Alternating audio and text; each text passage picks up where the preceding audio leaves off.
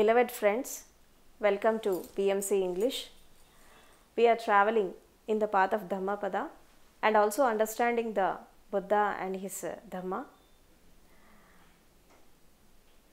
What is Buddha and Buddhahood? And what is the nature of Buddhahood? When we see the spiritual path from so many centuries, and we have witnessed so many enlightened masters, mystics and monks, especially in India. So while comparing to the other, Buddha was a unique and with a very rare individuality and with a rare philosophy. So when we divide the era of spirituality, we can divide before Buddha and after Buddha. In the Buddha's period, there were so many discriminations on the name of caste, creed, greed, religion, and so many discriminations are there, and gender discriminations is also there. So apart from that, he had given the Dhamma Diksha, and he had given the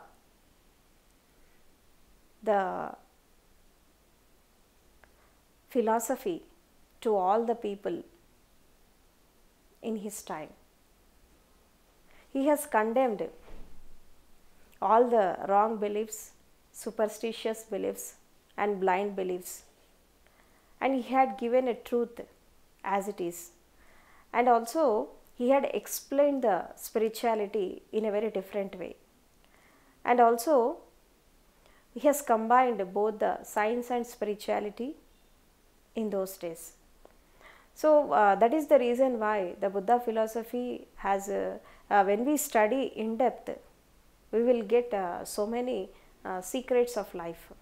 So that is the essence of Dhammapada. And what is the path of Buddha? The path of Buddha was very simple. That is Shila, Samadhi and Prajna. What is the 5 precepts given by the Buddha? That is a code of discipline.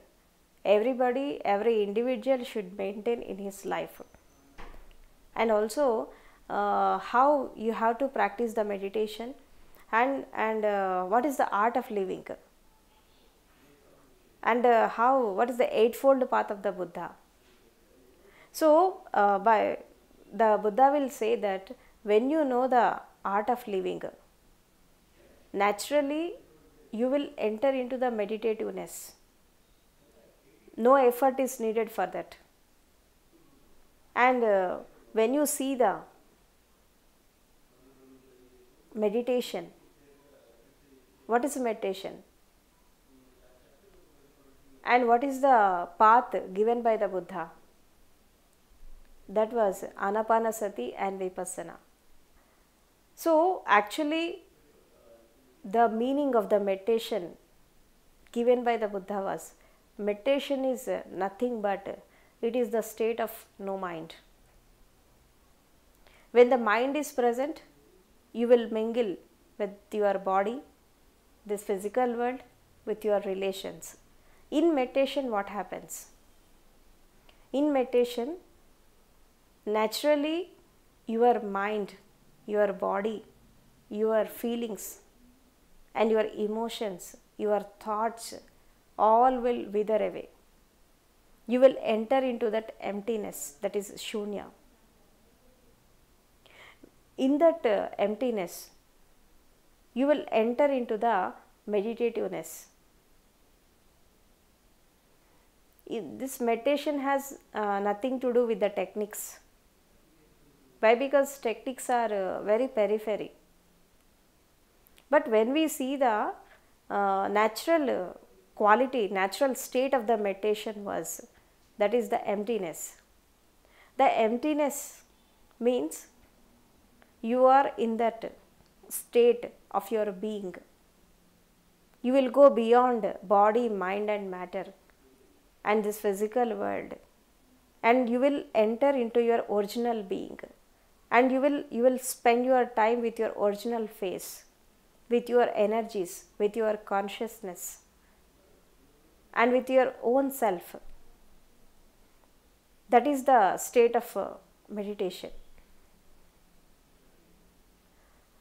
Especially some masters will say that unless until meditation becomes enlightenment, simply you have wasted your time. Why? Because when we are entering into the spiritual path, what is the motto and what is the goal of a meditator? Why he was coming in the spiritual path? What is the vision?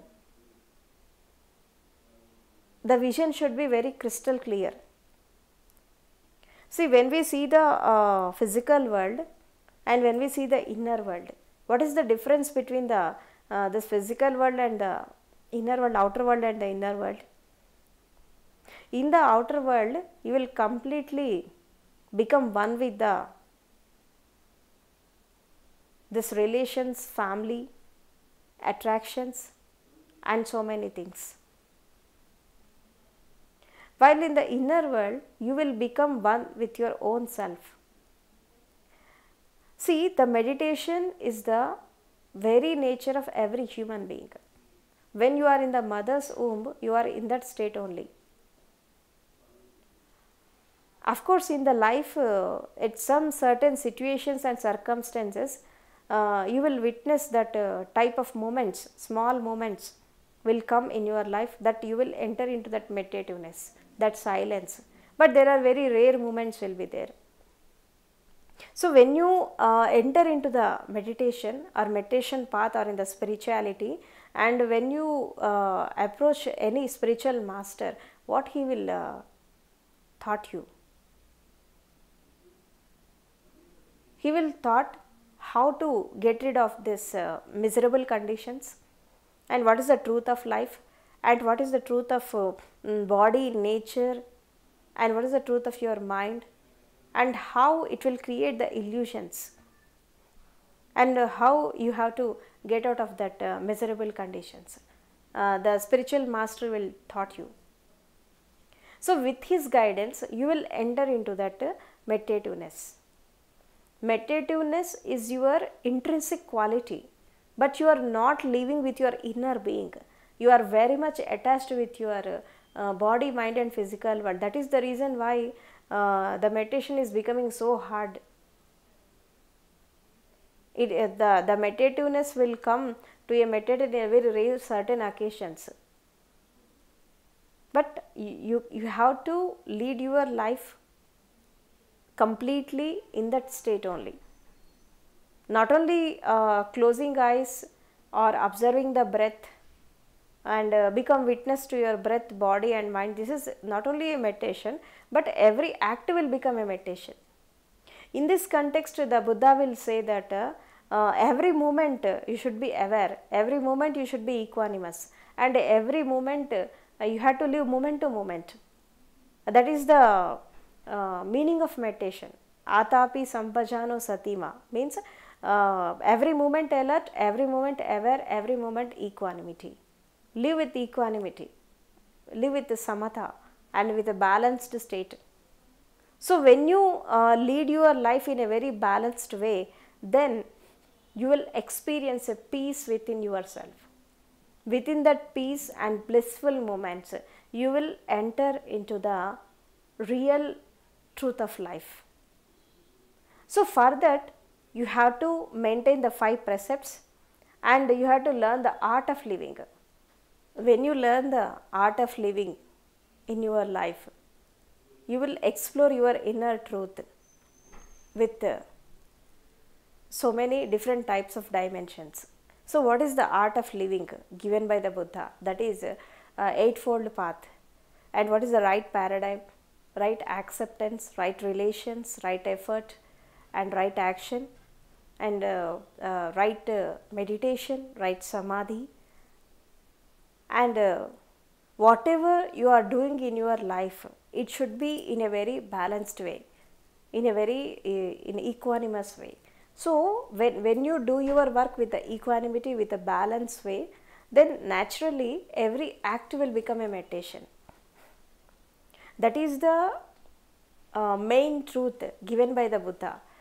See, when we see the spirituality before Buddha, what happens? Mostly they have given importance to the techniques. When we see that is a devotion or yoga or some sort of meditation techniques, they have given some sort of techniques. If you practice these techniques, then you will enter into that Samadhi state, or you will ultimately you will enter into the enlightenment. They have thought that. But after Buddha, what happened? How you have to lead your life completely with total awareness, with truth and justice. So when you live your life with the truth and justice, and when you know the art of living, naturally if you practice meditation or not, that is not the main criteria. So when your act will become a meditation, every act will become a meditation, then you can witness the divinity within that work. So this is the main important concept given by the Buddha, and it has created a so much revolution in those days. Naturally, the technique is not important. How you are leading your life, and how you have changed your vision towards the world, and how you are looking towards the world is the most important thing. So changing the people, changing the mindset of the people, and changing the world is not important. First change yourself. So if you change yourself, naturally your paradigm, your vision will become crystal clear. Then naturally whatever you are doing, and whatever you are witnessing, and whatever you are facing circumstances in your life, it will become very natural. Then no situation will influence you in any matter. So this is the new philosophy given by the Buddha, and also he had combined both science and spirituality, and he is the first spiritual scientist in the world. Why? Because when we see the nature of the mind, so he has given a very crystal clear vision about the mind, the illusions of the mind, and what is the mind psychology. Now we are, whatever we are witnessing in this modern psychology, in this modern era, this is the contribution of the Buddha given before the 2600 years ago. So he is the modern psychologist, he is the inspiration for the modern psychologist. So especially when we take the nature of the mind, what are the layers in the mind? So he has divided the mind into 4 layers. The first one is the intellect mind, the unconscious mind, conscious mind, and also the subconscious mind, and how it works every moment with your body, with your emotions, with your thoughts, and how you have to realize the truth of the mind, and how the mind create illusions in this world. So you have to come out of this mind nature, and you have to understand the nature of the mind. So when you understand the nature of the mind, then naturally what happens? You will become witness to it. When you become witness to your mind, naturally you will get detached with your mind. When you detach with your mind, naturally you will enter into that meditativeness, and you will do every act with meditativeness. So this is the main contribution of the Buddha to this whole humanity. And moreover, he has given importance to the humanity, love, compassion, and kindness. So that is the reason why so many revolutionaries, so many reformers and thinkers, scientists, they have attracted to the Buddha philosophy. So when we see some revolutionaries like Karl Marx, Dr. B.R. Ambedkar, and Frederick Nietzsche, Bertrand Russell, and so many philosophers, those who are in India or in the other countries, they have attracted to the Buddha philosophy. Why? Because he has combined the both, and science and spirituality. He has given importance to the life, not to the liberation and salvation. The Buddha will say that the liberation and salvation, that is secondary, but first of all you have to learn the art of living, and how you have to lead your life in this world. You should know. So when you learn the art of living, naturally one day you will learn the art of dying. So the meditation is nothing but it is the art of living. You have to learn the art, how you lead your life completely in this world, and whatever may be the circumstances and situations you are facing, that is not the important. In what way your life is going, that is also not important. Whatever may be the situation, you should be in equanimity, in a very balanced way, and also you should understand the situations and you should find solutions to your problems and come out of that with wisdom, with knowledge, and with love and compassion. Don't go in a very aggressive way. So naturally what happens when you see that truth and justice in that work, then you will enter into the next state, that is Samadhi. So in meditation what happens? See, when we practice this Ana-Pana-Sati, when we become witness of your breath, what happens? Why the Buddha had given this technique Ana-Pana-Sati? What happens when you observe the breath? See, the nature of the mind was always it will cling to the past or to the future, but you have to live in the present moment. When you have to experience your life, when you know the truth of life, you have to live in the present moment. But the mind will wander here and there, from past to the future, future to the past, but it won't stay in the present moment. So when we observe the breath, what happens? This mind will get attached to that breath. When we observe the breath, what happens? Naturally the mind will wither away. Why? Because the mind does not exist in the present moment. The mind needs two platforms, that is the past and the future. So when you are in the present moment, the mind will wither away. What happens when the mind will wither away? Naturally you will become one with your breath. Why? Because the breath is a bridge.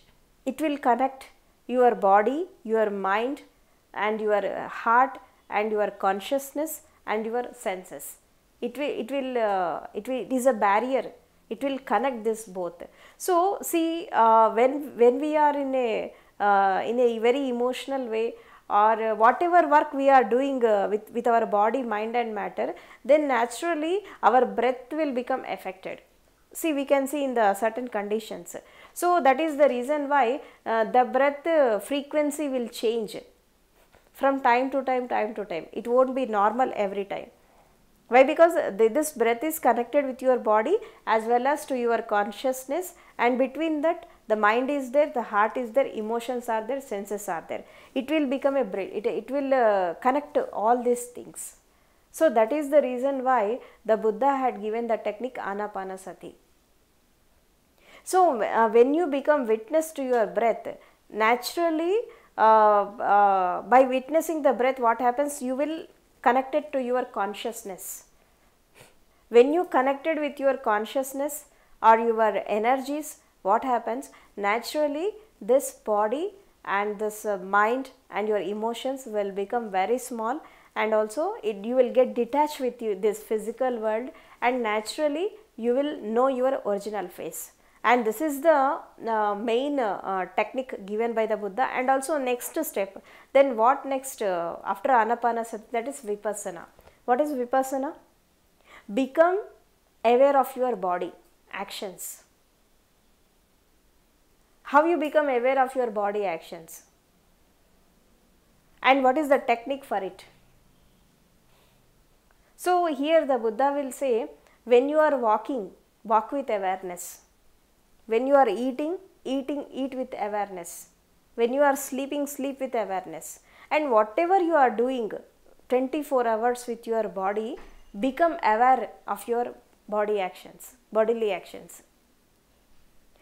This is the 3 month process. 3 months when you do practice 3 months this Ana-Pana-Sati, naturally you will get enlightened with this technique. Why? Because it is a very simple technique. But 24 hours you should be with the breath. See, you have to observe the breath in every moment. While walking, eating, sleeping, running, or sitting silently, whatever you are doing, just be with your breath. aware of your breath, otherwise aware of your actions, body actions. So when you become aware of the body, naturally what happens, you will become witness to your body, then naturally you will detach with your body.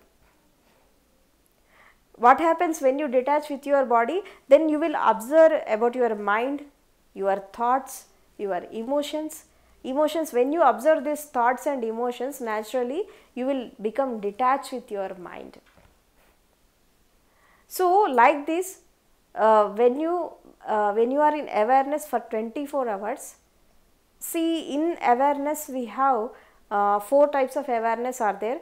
The first one is active awareness, and the second one is passive awareness, and the third one is objective awareness, and the fourth one is subjective awareness.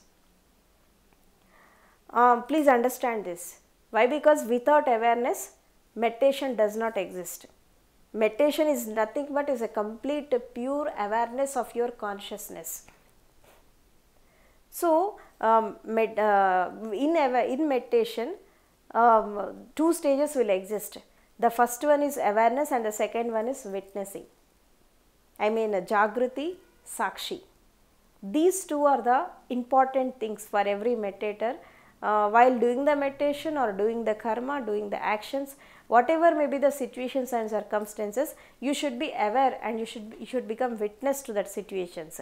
So, in meditation what happens, in awareness, especially in awareness, these 4 types of awareness, these are the not types, these are the stages of awareness. The first stage was active awareness. What is active awareness? See, when you are doing your action, whatever may be the action, do it with complete involvement with body, mind and heart. So, total involve in that work. So, when you involve totally with body, mind and heart in that work, that is the active awareness. This is the first state of awareness. So, while doing the work, you forget about the world around you. You will completely become involved in that work. You will do with dedication, with surrenderness. So, with love and compassion. Then what is that state? That is the active awareness. This is the first step of awareness. Then the second, the passive awareness. What is the passive awareness? Passive awareness is nothing but when you are doing work or involving in that work, simultaneously, parallelly, same time you are observing within yourself. See, when we are doing the work, naturally our body will work, our mind will work and also our inner will work. So, simultaneously you will observe the work, you are doing the action and observing the action, at the same time you are observing within yourself. Now, at this moment what is happening within me? So, what is that state? That is the passive awareness. This is the second stage. And the third one was the objective awareness. What is the objective awareness? That is the drashta bhavam. So, you will become drashta. So, what happens in this stage, what happens? You will become witness to your work, to your inner being, and also you will observe the surrounding situations. What is happening around you, you will observe that. So, at a time you will observe the 3 things, and that is what? That is objective awareness. And in the fourth state, so in this active, passive and objective, somewhat or something you will get attached to that things or to that situations. Of course, you will be in awareness, but you will get attached with that in 3 stages of awarenesses. Of course, it is also beautiful, and you will become, one day you will become detached with that. So, the last stage was subjective awareness. What is the subjective awareness? Means becoming total witness. In witnessing, what happens? In witnessing, what happens? You will become detached from that work. Of course, you are doing the work with your body. The body is doing the work, the mind is thinking, and you are getting the feelings about that work, and your senses are working. All are working, but naturally you will become witness to all of them. At a time you will see the situations at a time. So, how you will see the situations at that moment? You will become totally detached with that. That is the akarta bhavana, and this is the nishkama karma yoga. In this nishkama karma yoga, what happens? You will enter into that total meditativeness. When you enter into the total meditativeness, what happens? Then you will enter into the state of samadhi. What is the samadhi? In meditation, what happens? Your body will die, your mind will die, and your emotions will die. Only you will become witness to your breath. Only breath will remain. In meditation, only breath will remain, and sometimes the breath will go away and you will enter into the emptiness. So, sometimes the emptiness will come, sometimes you will become aware of your breath.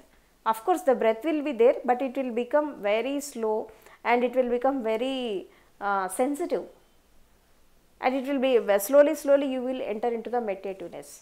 This is the state of meditativeness. Then what is the samadhi? Samadhi is nothing but it is the art of dying. And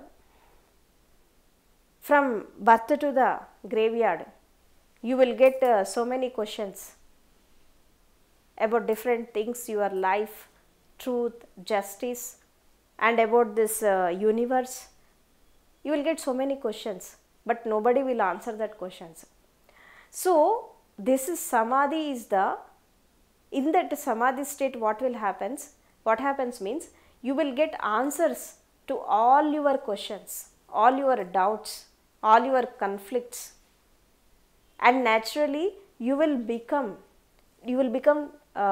detached totally from your body, mind and matter. So, in that what happens? The breath also will die in samadhi. Of course, the breath will come, you will take the inhalation and exhalation. I think 15-20 minutes it will take to take one breath. It will become so deeper. So, samadhi is nothing but it is the art of dying. So, you will experience the death while you are living. So, when you, the Buddha will say this state was nirvana. Nirvana is nothing but you will experience the death while you are living. In samadhi, you will leave your body and you will enter into the eternal life. So, you will start your journey with the spiritual path. You will go to the spiritual master and you will follow his teachings and you will practice the meditation. Then you will end your journey in samadhi. The meditation is the entry into the inner world, and the samadhi is the exit to the eternity, to the universal consciousness. So, unless until the meditation becomes enlightenment, simply you have wasted your time. So, the meditation should become the samadhi. The samadhi should end and it will enter into the eternal life. I mean the astral life, the Mahajivana journey. So, when you enter into this samadhi, you will know the secret of life and secret of death. Then you will go beyond this life and death circle. Then naturally you will enter into that eternal life and you will connected with this universal consciousness. Then naturally you will go beyond the birth and death, and one day you will become enlightened. Enlightenment is nothing but you will explore yourself, your energies, and you will get connected to this universal consciousness. Then naturally you will become a universal man, and this is the difference between the meditation and samadhi. So, every meditator should travel from the unreal to real, from darkness to light, and from death to deathlessness. And this is the main vision of every meditator and every practitioner of meditation. So I hope you will travel into this path completely and become enlightened in this life only, why? Because enlightenment is your birthright. Thank you very much.